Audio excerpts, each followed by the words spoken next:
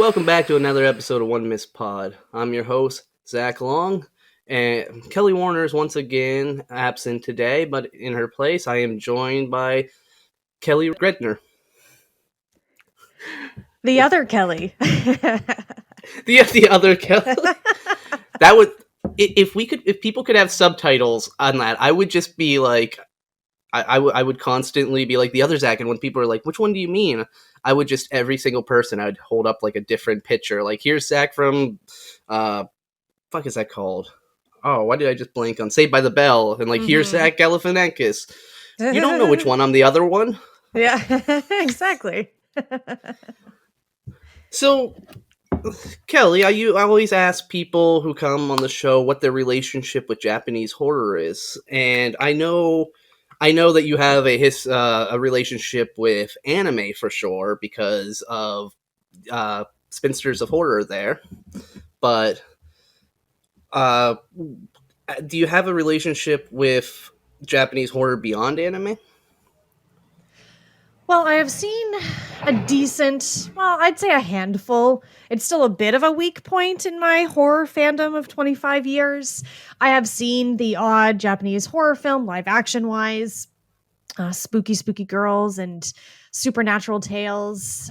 Anime is even a weaker point overall, but over at Spinsters of Horror, we just did an anime month. So I was actually able to watch a whole bunch of new shows and movies in the horror anime genre. So I was really happy to, delve into that because it is a wild and wacky and wonderful world.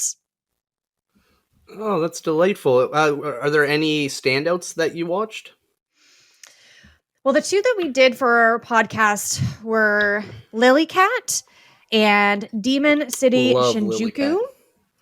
Oh, we did Demon City Shinjuku is directed, I'm blanking on his name now, but the same guy did Wicked City, and we talked about that one. Yes, and I watched Wicked City.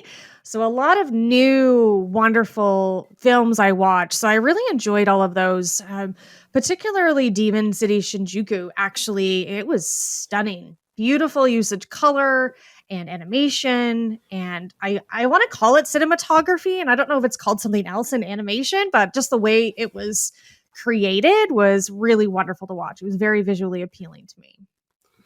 Yeah, I think that I do think that it is called cinematography as well, generally, but I'm not sure if there's a technical term that's even more specific.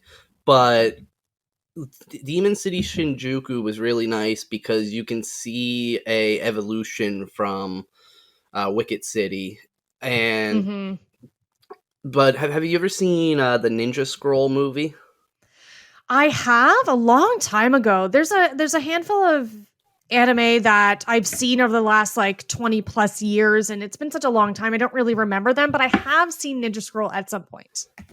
I would recommend revisiting it because it's the same guy as Demon City and Wicked City, and you see a lot of the same themes and ideas emerge in that. So it was in Ninja Scroll in a lot of ways kind of feels like he gets his vision right finally. Oh, excellent! Thank you. I will check that. Big fan of it. And then otherwise, besides what we watched the podcast and then other stuff, there's a bunch actually available on Tubi TV Canada. Good amount of anime. I wrote a piece on extreme horror anime and just kind of like extreme anime, and that's where I watched 5 different shows, and one that stood out among the rest that I absolutely fell in love with was Elfen Lied. I had a feeling that one was going to come up at some point because when we first discussed doing this, you had said, "What about talking about this?" But being a series, it was a little bit long for the time frame I had to actually watch anything. That's totally fair. I love watching new things, and thankfully, Midori was available in all its explicit glory on YouTube. Yes, I am such a big fan of this movie. I only recently discovered it, but it's got a very fascinating history that Oh, it's gonna be a wonder to get into, but I want to actually talk about Elfenlied for 1 second, just to say, Mm-hmm. like, how great is that first episode? Just the absolute fucking carnage it puts on screen. Mm-hmm.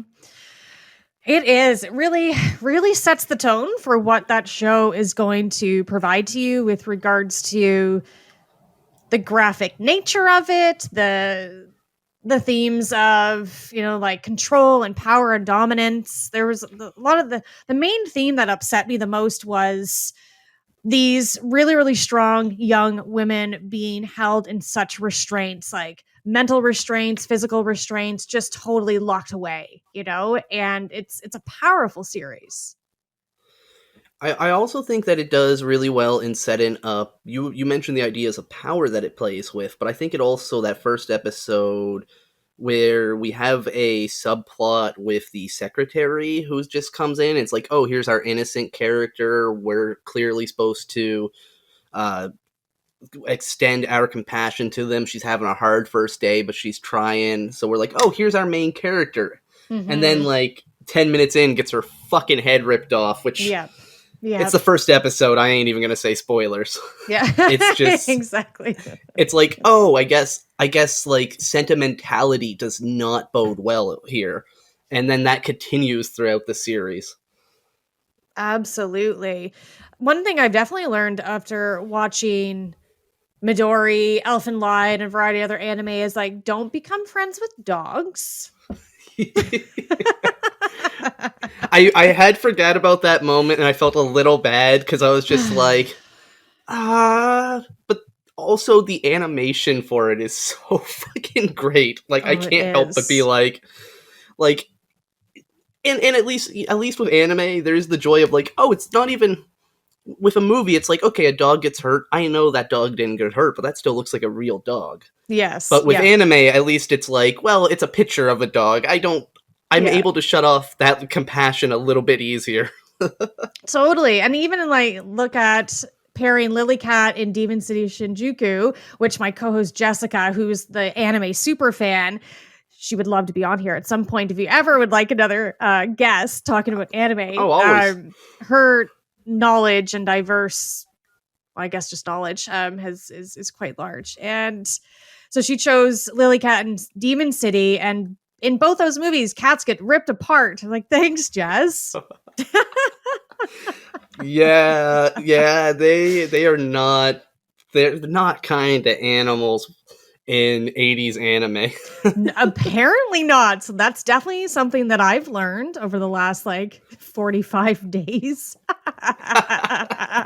We're not really good to women and other animals. Yeah. Yeah, Ugh. I mean, if you look at the social history of women's rights and just feminism in Japan in general, it's not until the mid to late 90s that we start to see any real sort of movement and change. Mhm, And even mhm. then, it's very much it's very like shuttered. It's very, or stuttered, Yep. I should say, not. Yep. And so it's some of those ones in the 80s, like Mad Bull 34, are like so mean and bad to women that it's just like, it feels like, walking into just the worst club ever and just being like, oh, everybody here is being exploited. Like, Mhm, it's got mhm. that same vibe where you're like, I this is not the strip club for me. Yeah. Yeah, it's kind of got that grimy vibe to it. I have seen It a reminds me lot. of like a 70s New York. Yep. Yeah. But a Japanese animation. It's very strange. Oh But let's boy. let's jump into Midori. This Let's is jump into graphic scenes of animal death, torture, sex, violence, rape, pedophilia. Please, let's do that. one of the reasons I felt comfortable. I mean, absolutely, go ahead. I'm not going to judge you.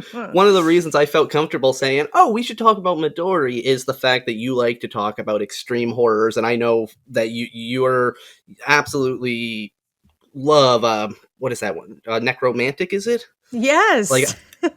and so I was like, I feel like I felt safe being like, let's talk about this extreme title. Yes, I know. And you're like, normally I would give people content warnings, but for you, it's fine. And then I watched the movie and I was like, yep, this is for me. This is perfect.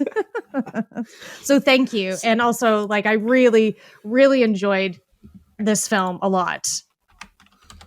It is a beautiful, beautiful film, and it has a very interesting history. Mm-hmm. So the actual story, the Midori, is made up of essentially a stock character that used to be used in the late 1800s, early 1900s in Japanese street theater. So in those tales, they're quite a world away from the Midori we see here. That those tales are much more they're more Oliver Twist compared to Skull fucking corpse like this movie was. Yes. Little bit of a difference between the two categories, but the idea was that it was this poor ingenue who got trapped in a circus and had to, like, grow, develop, get over the abuses that she suffers, which in the originals is much more normal compared to this version. But it's this character, and so very, very, very popular and very common. It fades away for a while until I want to say like 1984. I'm gonna say that, yeah, 1984 I think is when I'm gonna mess this name up. I think it's Suehiro Maruo. Um, he's very well known for his guro artworks. A very famous painting he did has he did two variations. One of them has a soldier, and one of them has a skeleton who is licking a young girl's eyeball. And Oh. we see that in this as well. So in 84, he made a manga, which I went and read as soon as I finished this yesterday. Nice. And the manga is this movie, beat for beat. There is not a moment in the manga that's not in the movie, and there's not a moment in the movie that wasn't in the manga. It is almost frame for frame, but it actually wasn't directed by him. It was directed by Hiroshi Harada, and he basically, though, just managed to take this Maru piece and animate it and create just such perversities. Oh, absolutely. And I did a little bit of research behind this because I hadn't heard of this. And some anime is still aspects of it is quite new to me. And I went through many rabbit holes. Most of them I will not bring up today, but there was a lot of rabbit holes that I started going through. But I was really, really intrigued by this Ero Guru or Guro,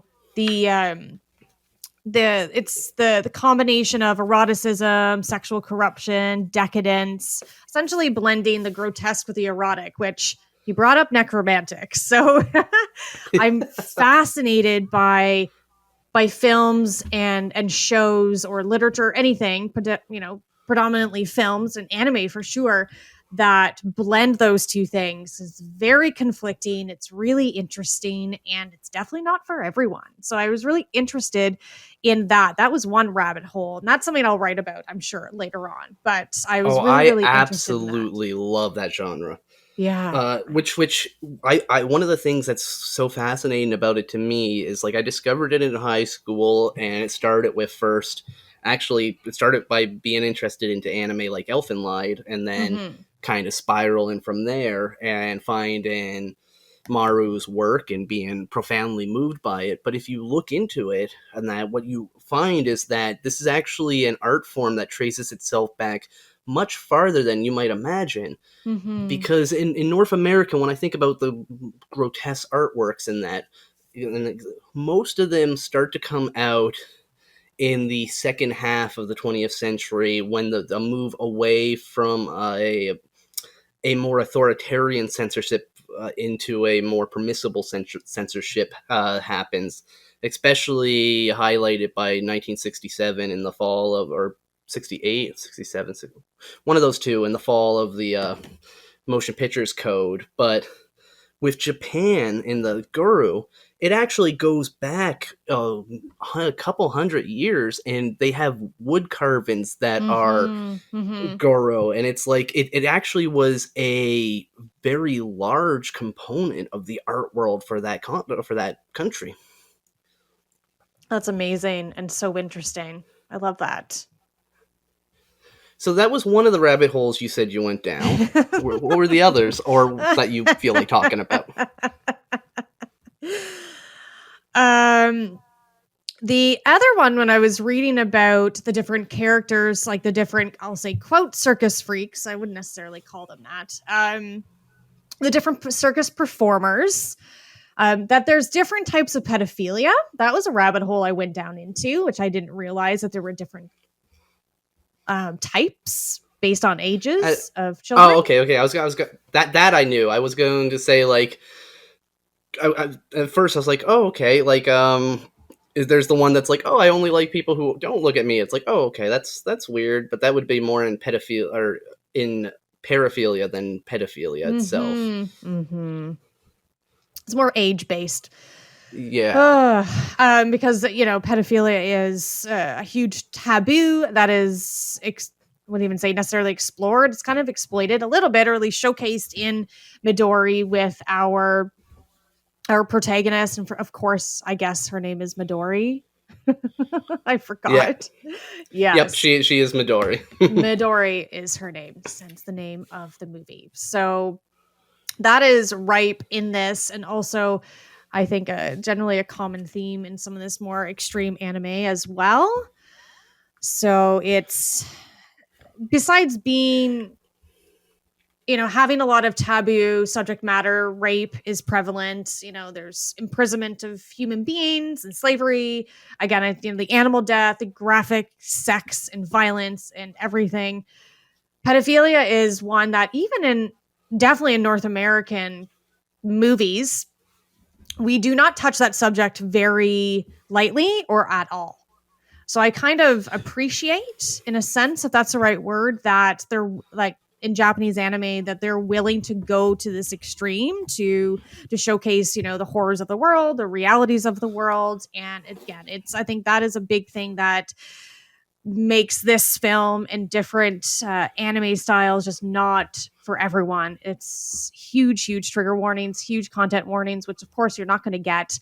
You're just going to experience these films, and just, you have to see it for yourself, I guess. So I want to build on that for a second, actually, because I definitely agree that pedophilia is something that we don't talk about in North America, at least not since the 1970s, where every advertisement basically tried to convince dads to fuck their daughters for some reason. Oh, God. But Japan actually, I would say, has a problem with pedophilia and the exploitation of children for sexual purposes. There is a lot of hentai that does that caters to this, but there is also a strong sex market for girls who are barely legal, girls who are technically illegal, and also for people, or for girls dressing down. And so a lot of the time when pedophilia comes up in a Japanese work, I would say that it's done for the complete wrong purpose. The effect that it's supposed to have on the viewer is one of erotic pleasure, where I think that what makes Midori, even though it deals with these topics, why it deals with it in a way where I really love this film, is that yes, we are seeing erotic things, but I don't think that the filmmakers are ever actually saying, hey, shouldn't you feel turned on? Isn't this hot to you? It never feels that. It feels like the response is supposed to be discussed, and when you're dealing with a subject matter of such, you really need that to be the response. Absolutely. I definitely agree with you, and I think that's why Midori kind of stands out with other things that I have watched, in the sense that, our circus performers are our villains, and it's not at all ever shown gratuitously. Like Midori's relationship with Masamitsu, the magician, is shown, I guess, a little bit more erotically, but it doesn't really show you very much. Her rape and everything from the performers is more explicit, but more, that is shown in a horrific nature, and I think not an erotic nature. And what I've noticed after watching a good amount of these extreme anime films and series is that, and it sometimes happens in like North American horror releases, or generally maybe some of the 80s slashers, is that the sounds of the women being killed or brutalized are very reminiscent of women experiencing pleasure. And that is what bothers me the most, which we didn't see in Midori. This is obviously negative experience for her, and she's, screaming, and you can see it in her facial expressions throughout it. So I found that quite disturbing, actually. I actually feel the one thing that I really definitely want to touch on after we do a summary in a minute is the emotional, like the there is such a heavy, like this is a very pathos heavy film. The end, like this film isn't just about here are these grotesqueries. This film is actually about the complete destruction of a psychological person to the point of complete collapse at the end, a loss into insanity, and perhaps one of the more painful Japanese film endings I've seen since the last time I've watched Anti-Porno, which funny enough also ends with somebody essentially stuck in a frame screaming.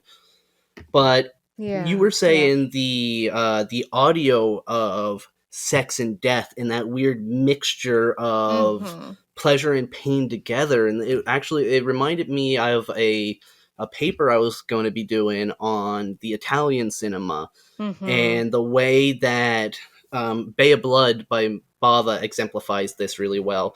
There's a moment where we have a couple goes off to have sex, and instead of giving us the money shot, which in pornography obviously is penetration or ejaculation, what we got was an equivalent money shot of somebody getting their throat slit or often being impaled. And so we are using these films use the mechanisms of pornography in order to pornographize death in a way that is again often it's often exploitative, not necessarily of the people, but of the emotions of the viewer in a way that is probably not healthy psychologically. Yeah, no, exactly. Agreed. I just watched Bay of Blood recently for the first time, so I'm glad you brought that up. It is a good film. Yep. I will give it that, but it's problematic at points. Yes. So fucking shout out to that ending. Oh my god. Okay. So yes, I watched that movie and it was going fine for me, and then the ending, no. the ending, it's like the ending is such a, it feels like a different movie just entered for like 1 minute, and you're like, oh, okay then. Yep. You're like, oh, I guess that's that. It's over now. It's like, oh, this was 90-minute build up for a joke. Yes. It's like, what, did I direct this? But to return to Midori there, so Midori starts, she's a young girl who's selling flowers on the street to raise money for her mom's medication. Her dad has run off, her mom's sick. A man offers to buy all of her flowers and tells her, if you ever need help, come to me here, and gives her an address. So she returns home to tell her mom, hey, I'm happy, I sold my things, I'll be able to go on the school trip. And she pulls back the blanket on mom to realize, rats have been eating you. Nope. That was almost the most horrific scene of that movie for me, and that's like in the first 5 minutes. It was horrifying and horrific and very unsettling. There's a live action film, and I can't. Never mind. I can think of which one. It's Waxwork. You ever see that? The 80s one. The 80s one with Zack Galligan. Yes. Yes, I have. Galligan. Yes. Yeah, so the part in the vampire one, when the guy's on the slab and she pulls back the sheet and the rats are eating his legs, it's kind of like that. Sorry, my headphone dropped out of my ear. I missed that like last few seconds. um, so in the vampire moment of Waxworks, the girl pulls back the sheet and reveals that Ugh. rats had feasted on this guy's legs, and Yep. so this is like an anime version of that, and it hits. I mean, we're like 3 minutes into the movie, Mm-hmm. and it's just like, oh, here's this image, and it's like great Ugh. for setting the tone. Yes, absolutely. But what's even more upsetting about that scene is that the time it would take for animals to start eating her mother is not going to be immediate. Like, it's not like she's been gone for the day and this is happening. Like, it's probably been maybe at least 24 hours or more. And maybe she just thought her mom was just, in her room resting, but that would have taken a while. Or they just lived in such unfortunate squalor that would happen more quickly. And maybe I think that's probably what's yeah. implied. Like, father left, mom can't make money. It's up to Midori to sell flowers to make ends meet. Like, yeah. that's some squalor. That's awful. Yeah. So with no options left, or no home left, really, Midori goes to seek out this man that offered her help, and she shows up at as described in the film, the freak show, which is really kind of more of like it's a mixture of the traditional like 1920s freak show. Because that's one thing we didn't mention, that this is actually set in the very early 1900s. Yes. And so, she shows up and immediately gets taken advantage of by the people there. Ugh. And they physically abuse her, they emotionally abuse her, they make her do all the work. She basically, they're like, oh, you live with us now. And one of the things that the anime didn't quite make as clear to me at first is that they actually go like, they basically go to the other side of Japan right after that. And so even though they're in Tokyo at the start, they go to some like podunk town in the middle of nowhere. They don't really explain where, and they never explain that they did until later, where it's like, I miss Tokyo. Oh, I guess we're not in Tokyo. Yeah, exactly. Yeah. But the first half, or the first quarter at least, or first third, sorry, is basically Midori comes to the circus and deals with being abused, and this is where we have Midori befriends some puppies. She keeps it a secret. They watch and kill and eat them. Just all sorts of different tortures on this poor girl. Absolutely. Her only friend that she could make, the most innocent creature of all time, bound like a bunch of puppies. I knew immediately, as soon as she befriended those puppies, that they were going to be killed. I knew immediately. You can't make friends with the dogs. film doesn't. Yeah, the film doesn't make it it's not a shock that this it's shocking, but it's not a shock that it happens. It is like, this is Midori's life. Like, her role is to essentially, she's almost playing a martyred role in a way.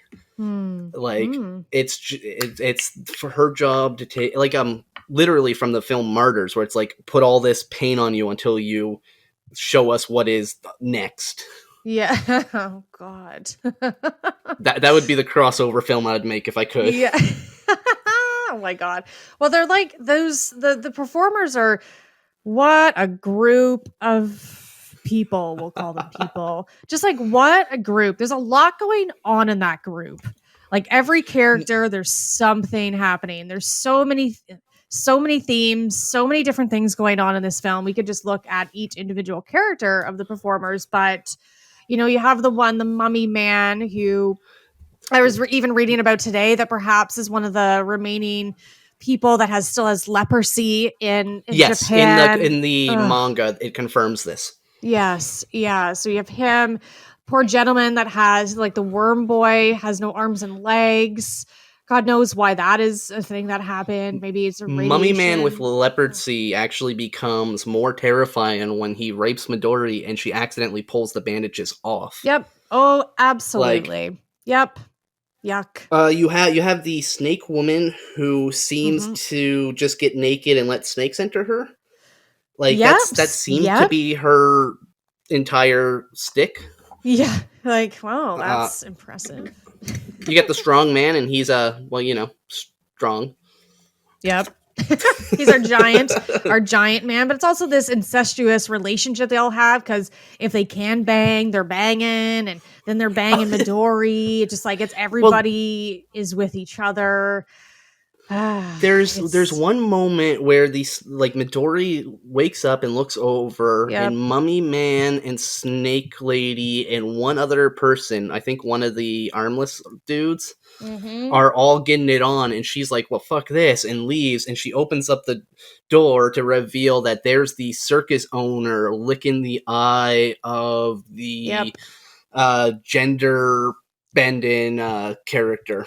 Okay, so other rabbit hole was about the eyeball licking because yes, I was like, what is going on with this? This must be a thing. So oculolinctus, called also known as worming, or it's an eyeball licking fetish. So I looked into this like a little bit today. So yeah, licking the eyeballs for, sexual gratification. So apparently, and catch me if you've already heard this before. I'm sure you have.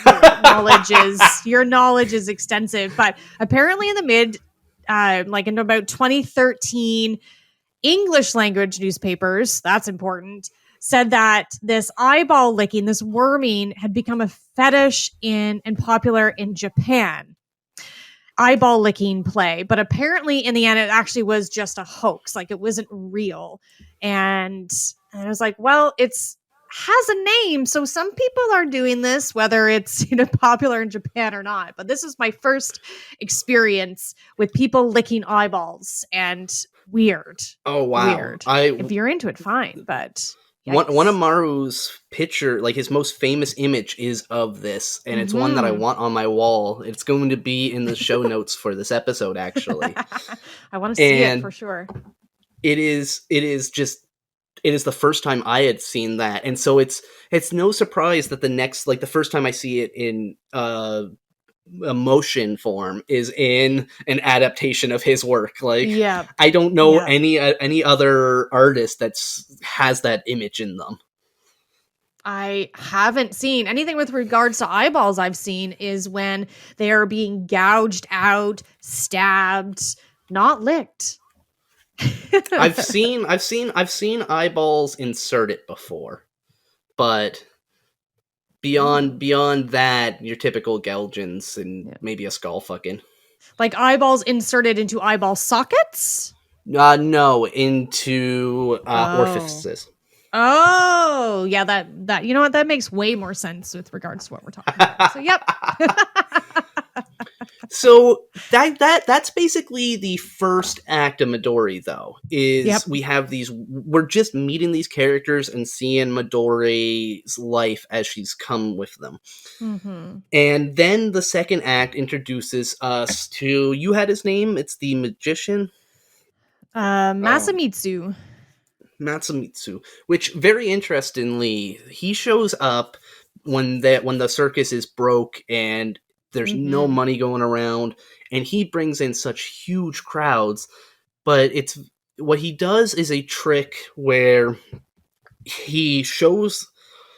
I'm going to mix this up a little with the real trick because it's actually a well-documented trick that came to Japan during this era. But he would take this. In the real trick, he would have a elevated platform with nothing underneath it, so there was no tricks under there. It was just to help like lift it up and let it be seen. But he would show off this bottle, which in the top of the bottle was, I want to say, 1.5 feet or something like that across. Like it was a big bottle, but still a bottle, not something you could see a person in, and yet he would just dive right into it. And the movie shows this. It never tells us how he does it. There's a part where Midori asks, we get a poem, and then it ends with him saying, so you get it? Yeah. But yeah. It's made very clear that this character who shows up actually does have powers. Yeah, absolutely. there's a part where like, and he shows up, immediately falls in love with Midori, and Midori falls in love with him, which I think is a very important key to understand what happens with her character, because the magician's not really a nice character. He acts a little nice to Midori, but then he murders Bandit the Mummy Man, and he has in what's one of the most beautiful pieces of animation. He makes an entire crowd of onlookers burst and deform, and there's actually one shot in it where it looks like the man's testicles have grown to be the size of a boxcar, and like they're crushing somebody. I might not have been in the film, but it's definitely in the manga. Oh, I was gonna say I missed that. If it was in there's a lot going on, a lot of bodies transforming during that scene, so I definitely missed the testicles. I normally don't, but oh no, I know to aim for testicles. I don't exactly. miss. But so this character, he is nice to Midori on the surface, but it's clear he's not nice. But what I think is important is the fact that the reason Midori marries him, the reason that she pushes herself to that, is because he's the only person that has shown her any kindness. Yeah. And so like if you're in a prison camp and fucking Hitler came up to you and was the only person that was like, hey, here's some water, you're gonna be like, well, maybe that Hitler guy wasn't so bad after all. Absolutely. If you were in your normal life, you'd be like, well, fuck that man. And so Midori, I think, has been basically this has conditioned her to seek comfort in anywhere she can. And if that isn't a metaphor for a large portion of 20th century relationships, I don't know what is. Exactly. And Masamitsu is a pedophile, of course. He's an interesting, creepy character, and you're right. He came at the right moment, in this podunk town, as you said, for them. And I was also thinking that I'm sure the circus wasn't doing that well prior to imprisoning Midori, but also we don't know. We just know what the film is showing us. So once they imprison her, they're like, oh, our business is failing. We don't have any money. Hello, karma.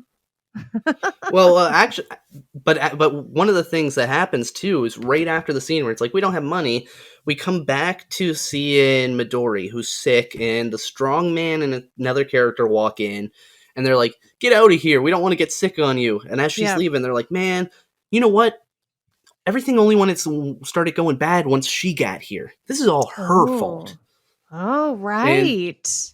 So it implies that. Now, whether or not that's true is a different question. Yeah, entirely. Sure. Absolutely. But in my opinion, it probably was going to shit anyway. I don't think Midori had a thing to do with it. Yeah, I know. Just coincidence. There is something that they brought up that I didn't look into, but I thought you might know. But in the film, they talk about Masamitsu having magic from the West. So what was it about what he could do that was more of like a Western style magic than, that kind of turn of the century Chinese magic? Yeah, that was the thing. They do have him do two types of magic in this. And so the Chinese magic is the magic that allows hypnosis, hallucinations, and an actual physical effect on the person watching. The Western magic is what you would see with Penn and Teller. It's him going into the illusions. So the bottle is the Western magic. Right. Okay. Excellent. Yeah. I think they even said this in the film, but randomly, that in the 8th century, that Chinese magic was pretty prevalent, but then it was gone by the 18th century. Yeah, and so they mention that to imply that he's learned this forgotten lore. That's why he's able to do the things he's able, like make people think Midori has grown to giant size and crush them or blow people up. It's basically he's able to I think it's a form of hypnotism, essentially. Yeah, because all those people were fine. It was just, it wasn't They real. It freaked was, the fuck out, though. yeah. Oh, absolutely. Absolutely. Well, at first, I was like, oh my God, he's just killing all these people. Like, he was really pissed. He was really mad at what was going on. So I was like, well, maybe we're within the realms of possibilities here, maybe. But then it turned out to be all a hoax. And now their business is pretty much destroyed. And now he's going to leave it in shambles. But it was interesting. What an interesting skill to have. It marks the end of the not quite the end of everything, but it starts to mark sort of how the story is now wrapping itself up, because he realizes, I can't keep doing this. I'm going to leave the circus. This causes the owner to take the money and split, so now the remaining performers have nothing. And we get into my favorite section of the film is actually the third and final song, as they call it. And we have Midori leaving, and it's very emotionally speaking, it is a very complex scene, because at this point Midori is leaving, she is smiling, she is happy, we should feel good for her, she's saying goodbye to people like they were her friends. So what we're actually seeing, though, is we're seeing basically like Stockholm syndrome in effect. Yes, and absolutely. It only gets worse, because her and the magician, they go to leave, and they're going to go back to Tokyo. And he hypnotizes her and gives her a wonderful gift of spending time with her mom and dad, which I think is actually a really like sweet moment in this otherwise dark, twisted tale. Yes, absolutely. But so he goes into town to get some snacks while they wait for the bus. There's a robbery. He gets killed in that, and we never see him again, really.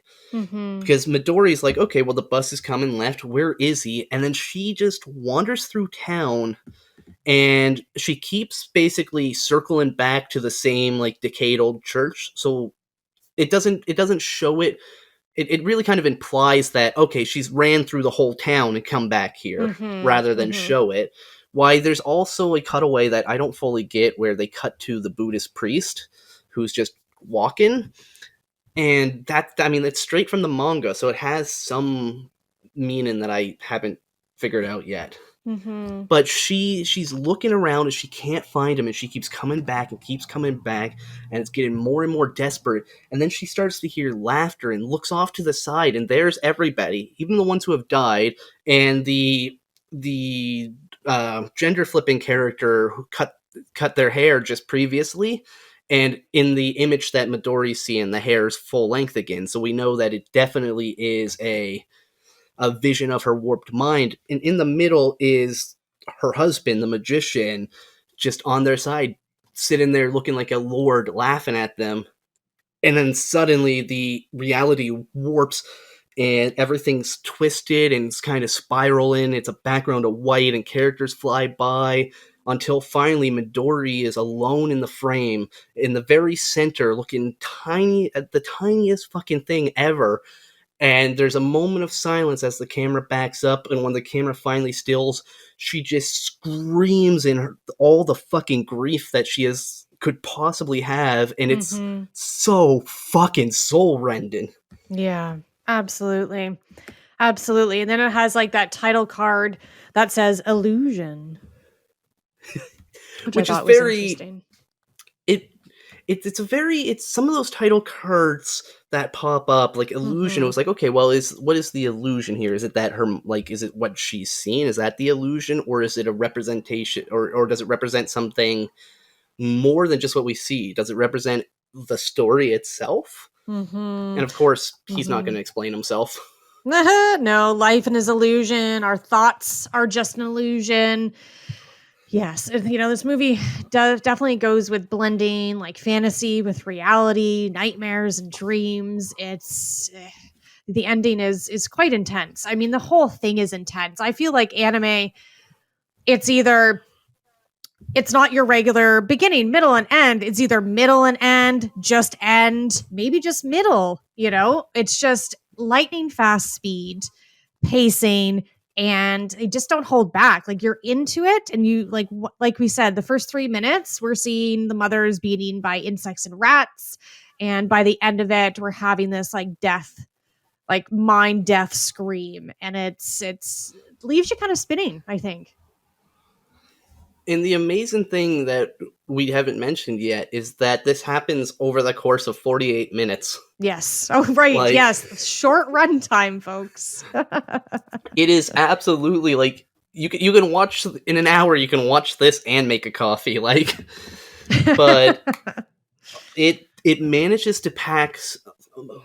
Actually, funny enough, it's so short that you can read the manga in less time than it takes to watch it. But just barely. It's like 1 minute less to read the manga for me than it was watching it. And I was like, huh. Yeah. I guess they knew exactly the size to make the story then. Yeah, for sure. I don't know if I don't know if the director has actually done anything else. As far as I know, I couldn't find too much on a brief look. Yeah, he's worked on additional credits on some video games, Front Mission 4, Kingdom Hearts 2, a bunch of Final Fantasy ones. Yeah. So he did this. This was 1992, and since then he hadn't done anything in film. He moved into video games. But it's definitely. I wish that he would do more because it's very. It's hard though to it's hard for me though to say whether or not the reason this works is Hiroshi Harada's contribution or if it's the source material, because it's so close to the source material. Mm-hmm. I mean, it is basically 1 for 1. Great. I haven't read the manga. I would love to, but I'm glad that it's so close to the source material for sure. One thing that stood out to me as soon as the movie started, which we hadn't talked about yet, was the animation style. So what was interesting to me, because I hadn't really seen this yet as far as I can remember anyways, and then I looked this up because it really stood out to me. Besides like subject matter, it was the format of the animation. So Harada used over 5,000 separate sheets of different hand-drawn bits of animation, mainly paintings and in drawings, right? And I noticed that a lot because there was the animation and then our like paintings that he had done, and I loved the animation style overall. I liked, how the people looked and the characters looked, and then when it went to the shots of, let's say, the mass, body horror transformation during the Masamitsu's performance, it changes a little bit, and it's almost slightly comical, like when the woman is stamping on the puppy, just like eyes are flying out and things are just almost slightly comical, but then they're not funny. They just look like they might be comical. I'm kind of rambling. It's almost Ratfink. It's almost what? Sorry? Ratfink, the art style.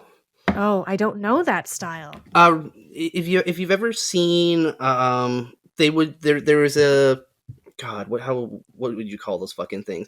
Like a weird sort of green monster dude hanging out in like a big built muscle car. There's a very specific style of art that does like a lot with that. That's called Ratfink, and like the eyes and the gore of the puppy scene really feels like that.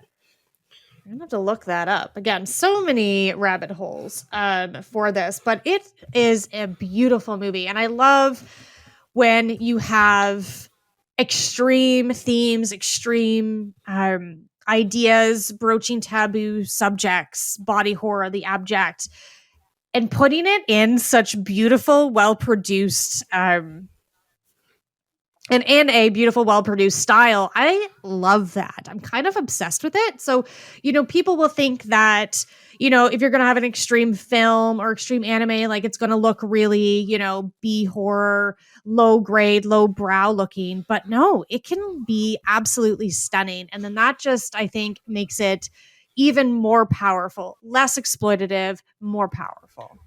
If that makes sense. Absolutely. Yeah. I think that the idea that the horror or the dark subject matter necessarily needs to be gritty in appearance is just it's too simple of an idea of the art Mm-hmm. form. It's like, does every happy film need to be filled with fucking happy faces and bright colors? Like, Yeah. no, you could have a happy film that's very muted, and even one that is happy yet very very very heavy at the same time. Like, you don't Mm-hmm. necessarily need to keep it light. And with Mm-hmm. something like this, it's like the style is so beautiful, and like Mm-hmm. the way that it moves is stunning. It reminds me of did you ever see Belladonna of Sadness? I was just going to bring that up. I came in when I was researching this film. No, I haven't. But when I first saw an image of it, it did make me think of Midori in the sense that it's like essentially it's an art piece. It's a moving art piece. I'm not saying other anime are not moving art pieces, but they just seem more animation like and less art. Again, that makes sense. So yes, tell me about Belladonna. Well, I'm there's not really all that much to say about it. I would recommend it. It's a fun Mm-hmm. film. It's erotic and violent and very psychedelic, which Mm-hmm. one thing we actually haven't talked about is the psychedelic nature of Midori. There are Mm-hmm. moments like when the oh god, after somebody attacks Midori at one point, and her head becomes elongated, like, or her neck becomes elongated like a snake and twists up into like the sky, and then in the next scene that's just done. Or Right. when Yep. the mummy man is being killed, he falls into a quicksand trap, and Yes. then as he's sinking in the quicksand above him, another version of himself sits down and like tries to offer him help, and so you just have these mindfuck moments in it too that are Mm-hmm. very psychedelic. And Mm-hmm. so there's a lot of DNA shared with Belladonna of Sadness. Oh, that's great. Good double feature. Yeah, that would be a fun one. Another one which would be a little bit more out of place, but not all of the animation, but a good chunk of the animation feels uh not exactly, I would say comparable, would be the 1977 film Wizards, for a US version that has a it that one definitely feels a little bit more animated than these ones, but it mixes these heavily animated moments with these sort of like moving art pieces where it's like, oh, a camera's kind of panning across the painting to make the moment. And so that one's not as tight as Belladonna of Sadness, but Yeah.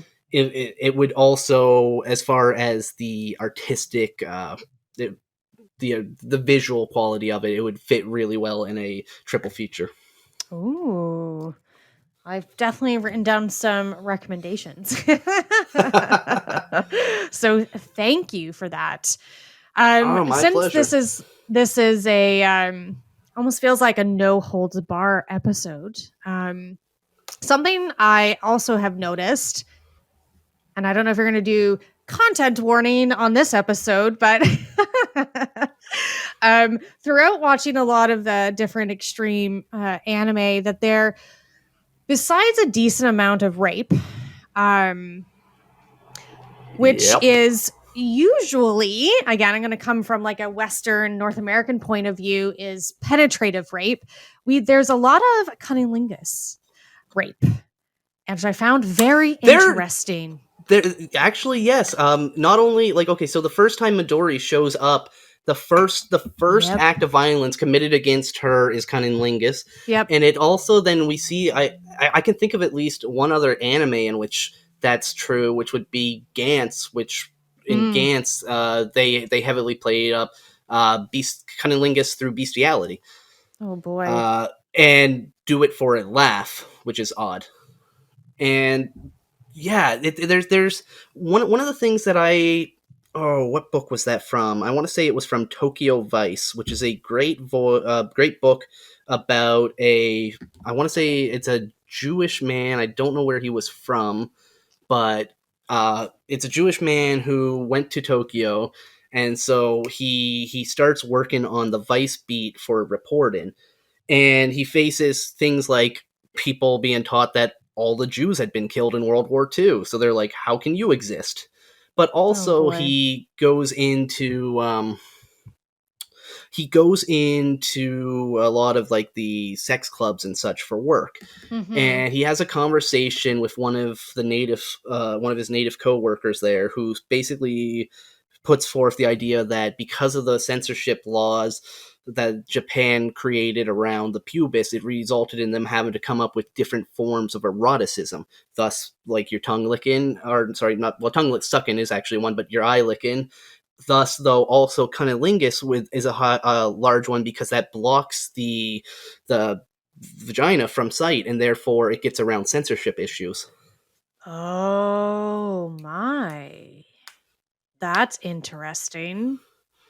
I knew you'd be a good person to bring this up to. I've spent some time looking into these things.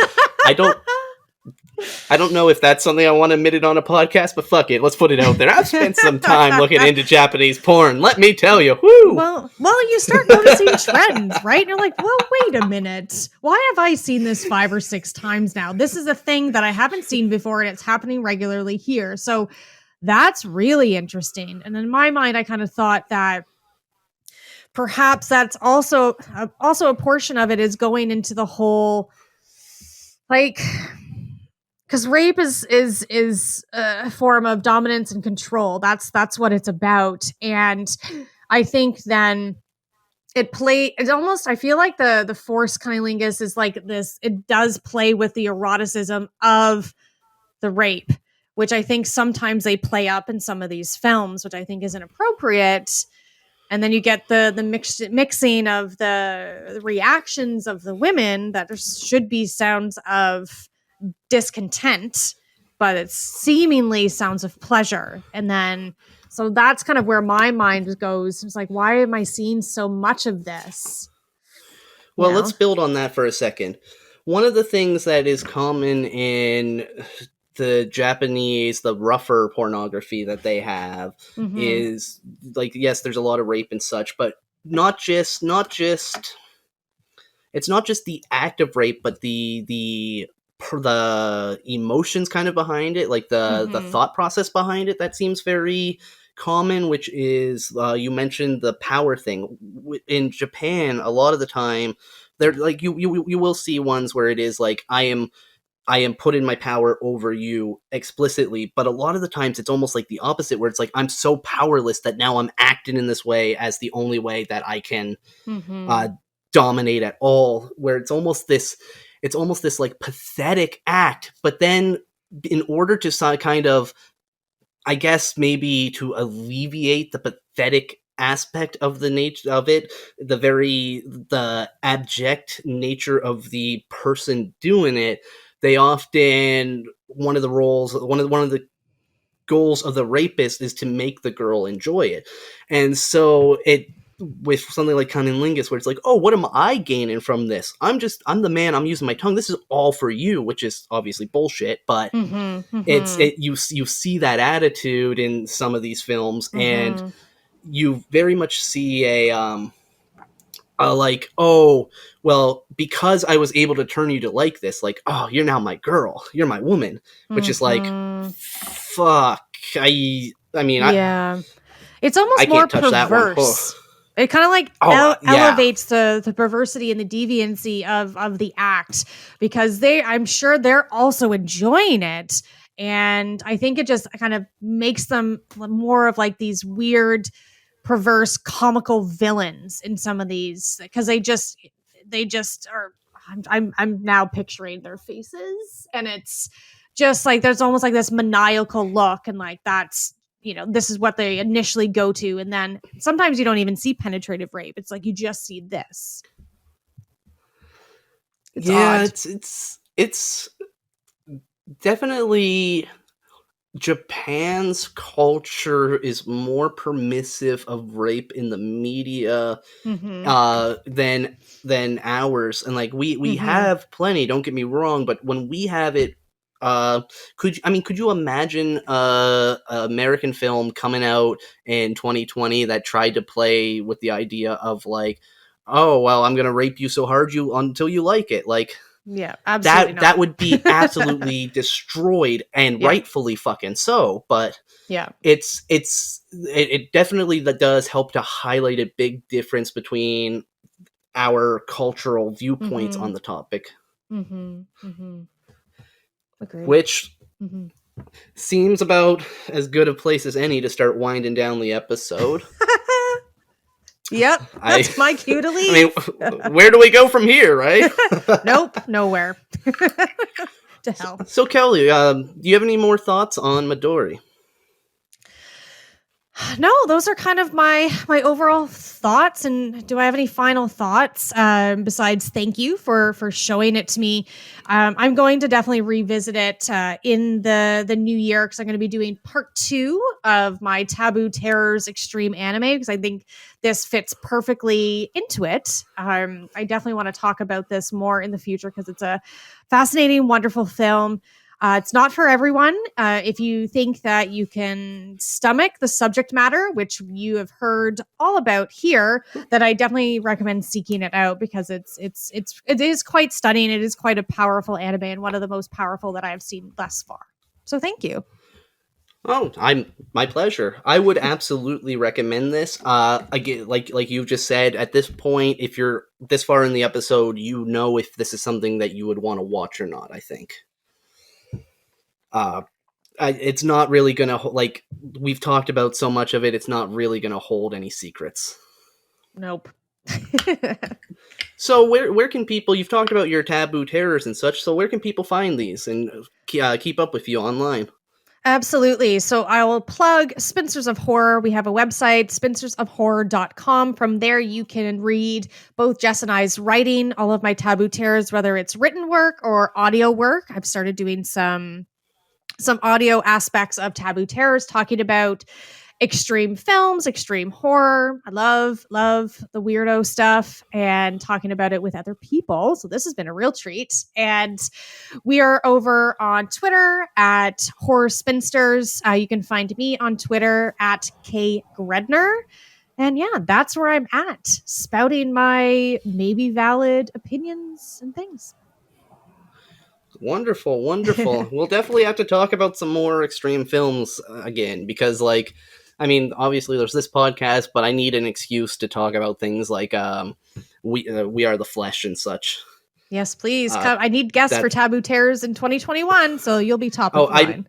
I'm always down because there's a Sage Francis quote in which he said, like, I make the type of, I'm going to paraphrase it, but it's I make the type of art, it won't necessarily make you feel good. It'll give you a wider range of emotion.